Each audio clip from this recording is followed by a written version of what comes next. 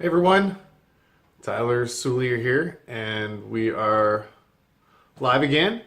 And today we are going to be I'm going to be showing you the BRRR method. So when you buy a property, you renovate it, you rent it, and you refinance it. And I'm actually going to be going over my own numbers from one of I think the sixth property I ever bought that I applied this method to, which turned out to be very good in terms of getting my money back after I refinanced the property.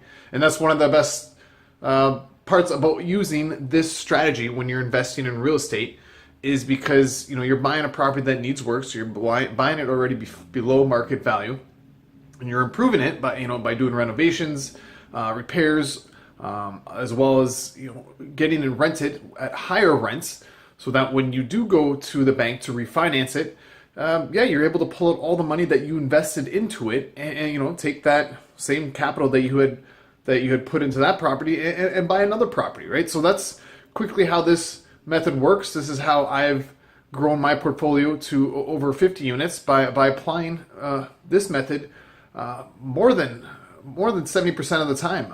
I bought a couple just turnkey rental properties.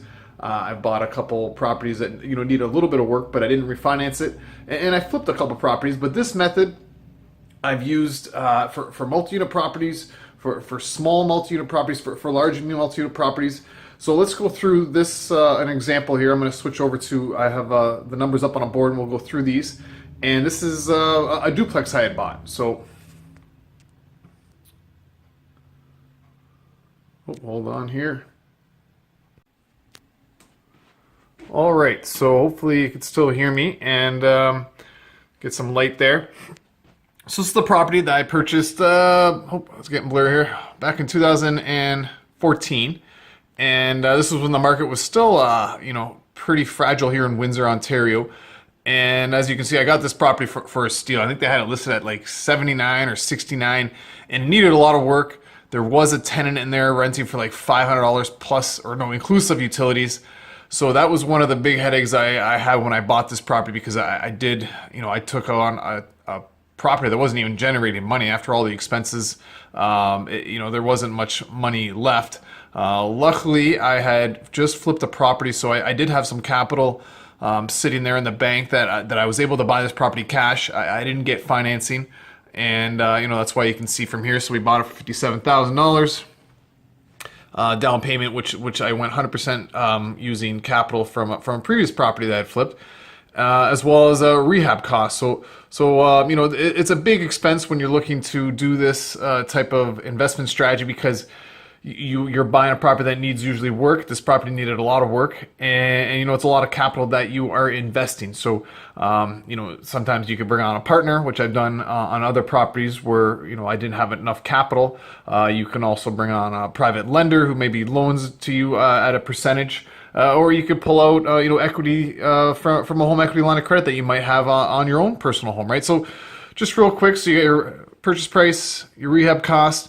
So these were the total holding costs that I incurred while owning the property. So this is your, maintenance. We might have had utilities, insurance, property taxes, those sorts of things that that I projected before we refinanced the property. And this was also the closing costs to buy the property, right? So at such a low price, the land transfer was minimal, and the closing cost using a lawyer who helps me out, gives me a bit of a discount, makes it for very affordable to close on this property.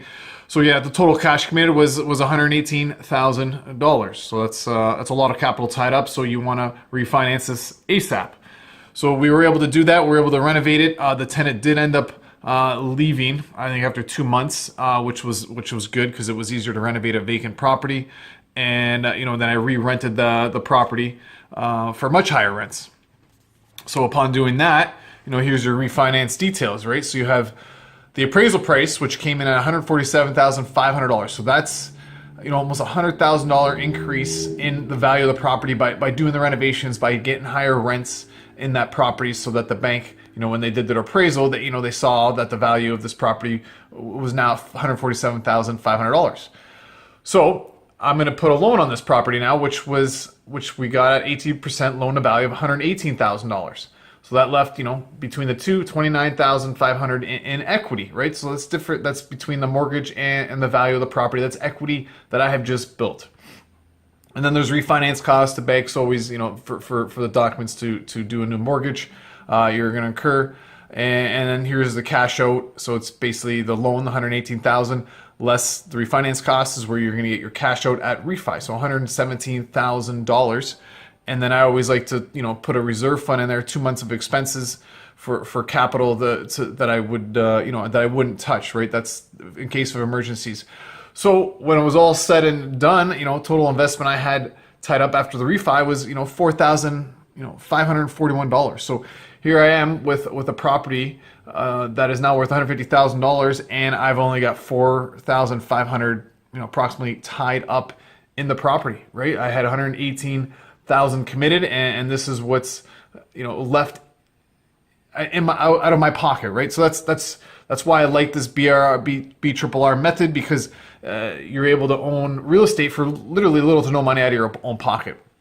So one of the big things when you do this method is, when you're cash flowing, after refinance, right? Now you have the higher mortgage, as well as so you want to make sure your rents cover all this. And if you quickly look at this, I'm renting this property for $1,500, and even after paying the new mortgage, all of the expenses, I'm still cash flowing about $111 at this duplex, right? So when you break down the numbers, well, they're very good, right? Because I have little capital tied up, and my analysis will show even if I had a JV partner and we went 50-50, we split that, $111. We're still getting $55 each in our pockets, and and our returns are still good, even if I had to bring on a partner to split the profits. So that's how I kind of analyze this property, just to kind of give you an idea that is a lot of capital up front, but having a partner, even after the refi, when you own this property, you're still producing amazing returns, right? 18.9% cash on cash return. Your total cash flow for the year, total return on investment, $110,000 return on investment, right? So this is just a quick, analysis of this property. And I'll switch back now. So as I said, this is why, let's put that light on. This is why I really enjoy using this investment strategy, why I invest in real estate, the BRRR method, because as I said, you're allowed to own real estate with little to no money out of your own pocket. And I was staring at these numbers as I was going through them, and I noticed the 4,500 tied up. It seemed different because we only had 118,000 committed, and we refied out 117,000 approximately. So it's like, why is that odd? But I realized that I include the reserve fund in that $4,500. So really, if I didn't include that reserve fund of $2,800, the cash out of refi or the money tied up would have only been about $1,600, right? So that's awesome. $1,600 still invested in this property that's worth $150,000, and yeah, I have a mortgage at $118,000, but $30,000 in equity, right? So it's just the returns are enormous. Yes, it is a risky method to use, but if you're analyzing the property correctly and you're buying them the right way, and you're buying them for the right price, you're not purchasing over what it would affect your returns. This method could really explode your portfolio and do it with little to no money out of your own pocket. So I know I went through that really quick, and if you have any questions, leave them in the comments. I appreciate people who did jump on and watch this video today. Sorry I didn't answer any questions. I try to do these quick, but I will answer them after the fact. So again, I will see you guys on the next Facebook Live. I try to do these now every Tuesday at 3 p.m. All right then. Bye now.